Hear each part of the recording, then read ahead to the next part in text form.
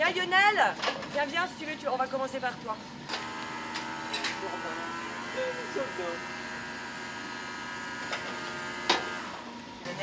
Force toujours, ça passe.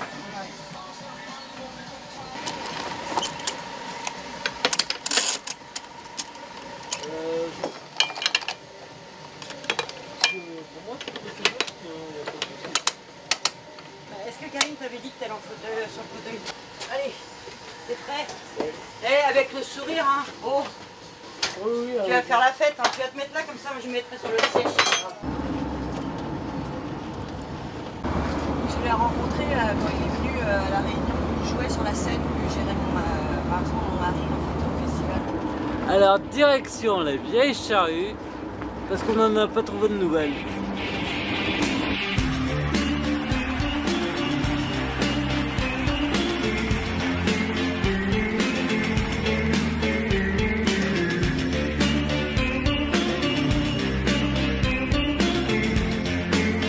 Jean-Luc, je tenais à te remercier pour tout le travail que vous faites au niveau des Vieilles Charrues, sur l'accueil des personnes en situation de handicap. Déjà, je suis tout à fait heureux de t'accueillir. Nous, ça fait quand même plusieurs années qu'on travaille le sujet. Et faut revenir au départ. Le départ des Vieilles Charrues, ça a été de pouvoir faire venir des artistes en Centre-Bretagne dans un but qui était de faire rêver les gens. Et quand on fait rêver les gens, on s'aperçoit que tout va beaucoup mieux. Et donc faire rêver les gens qui sont complètement valides, c'est facile, puisqu'il suffit de faire une scène, de mettre quelques clôtures et hop, un bar, un peu de restauration, puis ça va tout seul. Donc il est évident qu'à un moment donné, il fallait vraiment trouver des solutions pour faciliter l'accès à tous. L'accès aux personnes de handicap, et aux personnes de handicap, je vais dire avec un grand S, c'est-à-dire toutes sortes de handicaps, que ce soit la partie visuelle, que ce soit la partie sonore, que ce soit la partie, on va dire, physique. Qu'est-ce qu'on a fait très vite? On a adapté d'abord un premier espace justement pour accueillir toutes ces personnes. Et puis très vite, on a vu qu'il fallait renforcer les équipes, mettre quelqu'un pour s'en occuper. Et là, on a vraiment, depuis on va dire une dizaine d'années, on a vraiment essayé de mettre tous les moyens possibles pour pouvoir recevoir tout type de handicap. Et je pense que c'est assez réussi. Moi, j'ai pris l'organisation depuis 12 ans. C'est quelque chose qu'on a développé. À l'heure d'aujourd'hui, on a mis en place en fait 3 plateformes pour accueillir un nombre encore plus important et qu'ils aient un champ de vision sur l'ensemble des scènes. Il n'y avait qu'une plateforme au départ.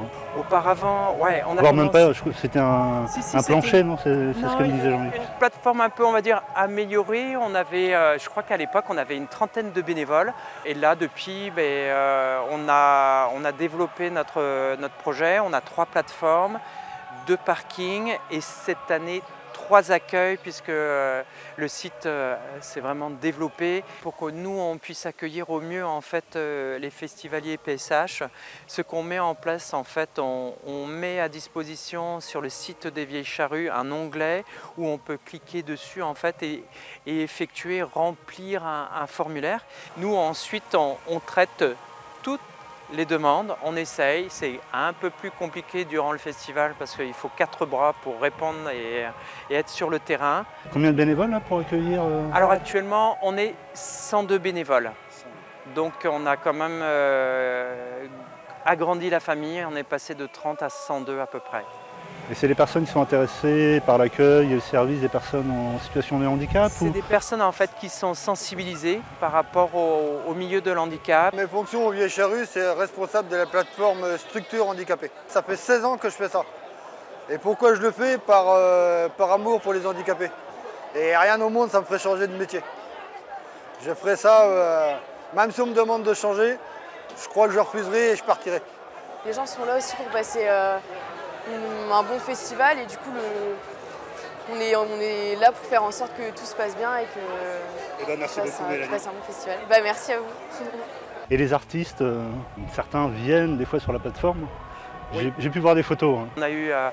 On a du Grand Corps Malade, on a Pierre Perret, ça passe par un nombre incroyable d'artistes qui ont partagé du temps sur la plateforme. J'ai des souvenirs de photos de Bruel aussi qui étaient passées. Ouais, qui est resté, je crois, de mon souvenir, pratiquement 15 minutes sur la plateforme. Il a pratiquement signé un nombre d'autographes et pris des photos, c'était 15 minutes. Donc la plateforme devient une institution. Un tout petit peu, ouais. Les plateformes, parce que quelquefois l'artiste il peut aller selon les 3. La troisième plateforme, c'est plutôt une plateforme en fait où c'est une plateforme de passage. Il n'y a pas de réservation ou de choses en place. Et puis quelquefois, on utilise aussi des jouelettes pour justement j'ai vu ça. se balader sur le site et pouvoir... Et tous les bénévoles le font? Joualettes, c'est sportif quand même. Oui, alors non. Alors moi je bosse justement sur les 102 bénévoles. J'ai 2 associations, dont une association qui s'appelle ADES.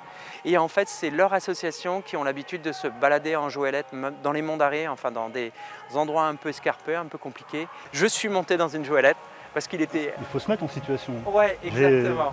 J'ai mis longtemps moi, à vouloir aller sur un fauteuil, j'étais pas à l'aise. Ouais. Et en fait, ça m'a permis de voir beaucoup de choses. C'est exactement. J'ai pas fait la jouelette encore, ça viendra.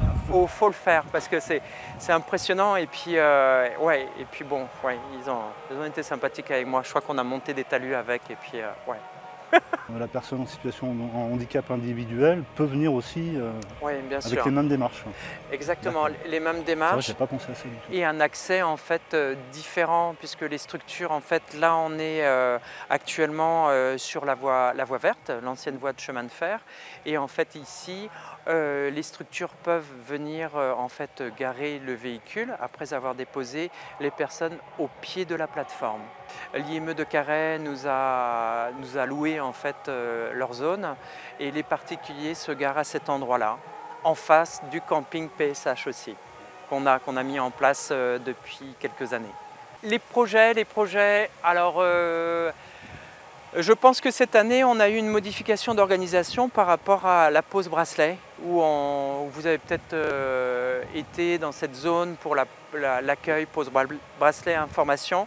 C'est vraiment de verrouiller cette organisation, toujours être un peu attentif à la rencontre avec d'autres festivals, de bosser toujours avec de la mutualisation de moyens avec des festivals comme les Eurocaines de Belfort, Rock en Seine, etc. Et picorer ou prendre ce qu'il y a, et puis à partager ce que nous on sait, qui n'est pas spécialement bon, mais qui peut être adapté dans leur organisation et eux-mêmes aussi nous apporter et surtout mutualiser. Je pense que c'est le terme et que chacun apporte vraiment son expérience pour qu'on se développe encore. Le projet, si viable de par l'espace disponible, ce serait vraiment d'agrandir et de pouvoir accueillir un maximum encore de personnes sur le festival. La mission déjà, c'est un festivalier PSH satisfait et qui puisse avoir accès sur l'ensemble du site et que tout le monde ait le smile. Voilà. Et quand je discute avec des gens comme toi, des gens qui les suivent et qui sont avec eux toute l'année, par exemple ceux de Carhaix, ils me disent clairement que la semaine ou les 2 semaines après les charrues, tout est beaucoup plus facile, quoi. Et là, on a gagné parce que je pense qu'on a réussi à les faire rêver, on a réussi à leur faire passer peut-être pas la même chose que celui qui sera debout à écouter du son, mais on aura réussi à faire gagner tout plein de bonheur. Et je pense que ça c'est vraiment l'esprit des charrues.